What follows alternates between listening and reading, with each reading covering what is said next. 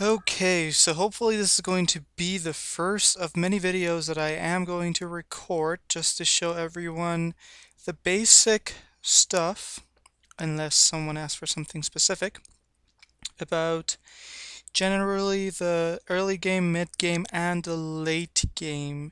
This game I actually was just checking Angry Testy's played games and I came across this game. And I saw some interesting things, so I thought I would comment on them so that people would know what to look for. So let's just fast forward the pics here. As you can see, they're not in the same clan.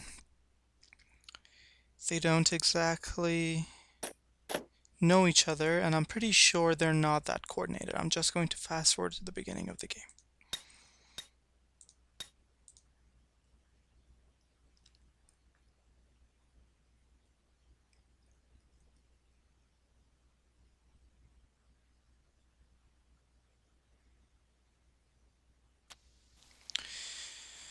Okay, so everything's still going at 8 times the speed. I just want to show some stuff.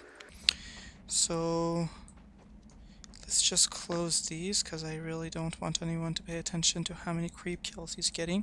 So notice that no one has words in the bottom. So it doesn't necessarily mean that if you don't have words, you are going to fail. Now, of course, the biggest concern for the bottom lane on the Hellborn side is that the Legion can pull. We'll get to that in a second. But before that, take a look at where the Valkyrie is standing. So Angry Testy is standing right here. No one can see him. It doesn't matter if anyone comes right here, which is usually where people stand. They will not have vision of Angry Testy. He's standing here, and he can see the rune.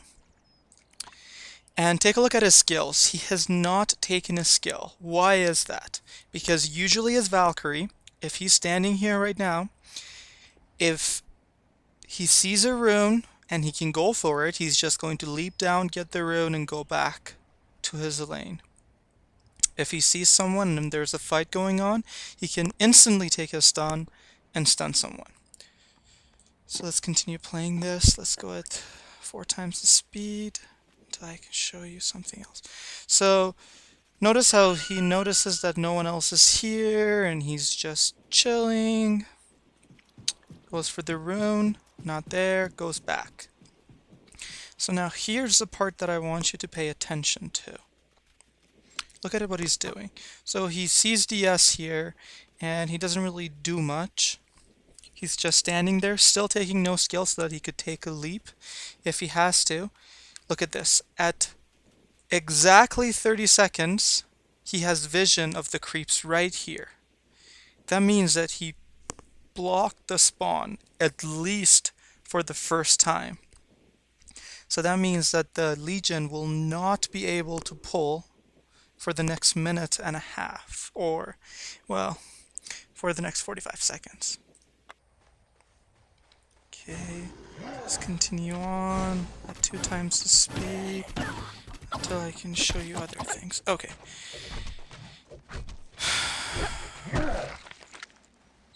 So again, there's nothing interesting going on here. It's just normal stuff. He's last hitting. Denying. Okay. Now notice where he was standing just a second ago. The place that he was standing, you cannot see him, you don't have vision on him if you're standing right here, which is where Predator and DS were standing. So they will only see him when he throws something or auto attacks. So that would stop them from being able to just randomly harass him. Now he's stepping a little bit to the right, probably to harass himself. Yeah, as you can see, he just harassed Predator. So right there, DS harassed him. Instead of just taking it and going back, he harassed him back and then walked back. That's really important. If you're taking a harass, the worst possible scenario is for you to take a harass and not respond with anything.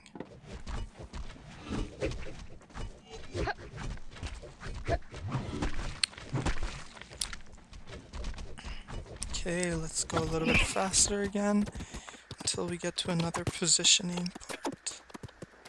So again, last hit, deny, last hit, deny.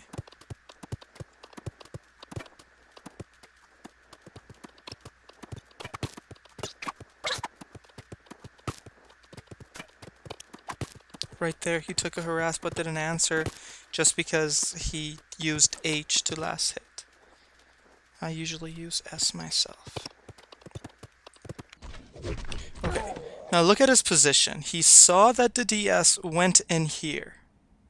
So instead of coming and standing behind his creeps, he decided to come and stand on the right. He's putting the maximum distance from himself to the DS. If the DS comes back to auto attack him, she's going to see and go back. If the DS comes from up top, you can go from the corner right here and go up. So look at the positioning. Other than that, he can harass Predator if he moves a little bit down. He can harass Predator without the creeps moving at all. He does make the creeps move though. It's really not that big of a deal for her because the creeps didn't touch her.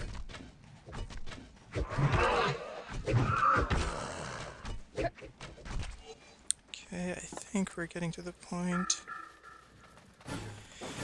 Okay, so now he comes and sees that the DS pulled. Now look at what the DS does.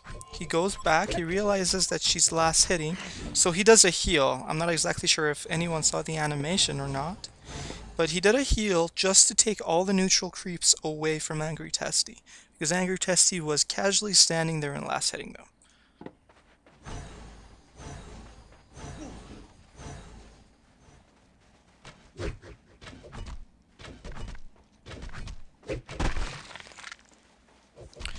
Okay, now look at the positioning. Did you see how DS dropped this tree? That was because if he didn't drop this tree, the position that Valkyrie was standing at, they did not have vision on him. Again, DS, the only thing he could have done was to come behind the creep wave and start auto-attacking. If he did that, all the creeps would get pulled onto him and auto-attack DS himself. So what he did was that he dropped this tree, saw that Valkyrie standing there, Valkyrie went back, and now he's going from the inside so that if Valkyrie decides to come back, he would have something to respond with. See how he did one auto attack while standing close to the creeps, and look at his health. The creeps did all the damage. Again, look at Valkyrie's position. She's standing here where they will have no vision on her until she attacks, so they cannot harass her. If Predator jumps her, she's basically just going to jump away. Why? Because Demented Shaman is standing all the way here. Even if Demented Shaman was there, she would still survive. But it's really, really crucial on where you stand so that they don't see you, so they could randomly auto-attack you. The same goes with the top. Look at where Polywog is standing. If Polywog was standing a little bit further down, they would have no vision on him. He could attack Bubbles. Well, I'm not exactly sure if the range works right now or not, but he would be able to attack Bubbles if his range was a little bit greater, and the Bubbles would not be able to see him until he auto-attacked.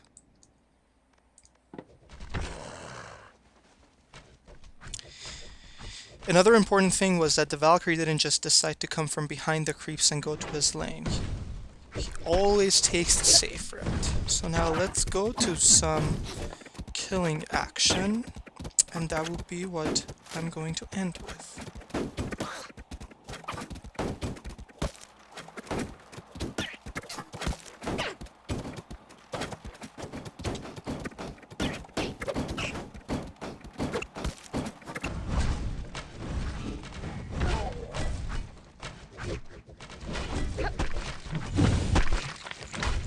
Okay, we went a little bit too far.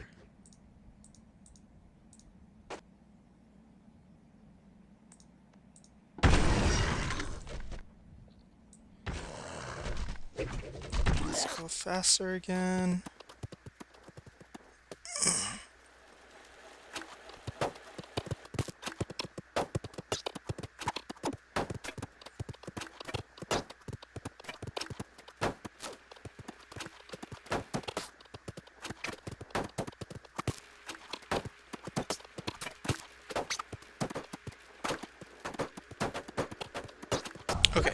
So notice how the tower is killing all the Legion creeps.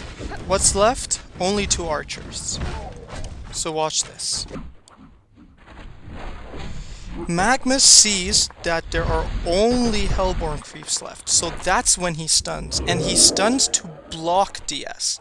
DS can't go down, so all he does is go left. Now continue watching this. He's taking damage, but he's not backing off. He's just moving to the side. He can still come down. He still comes down.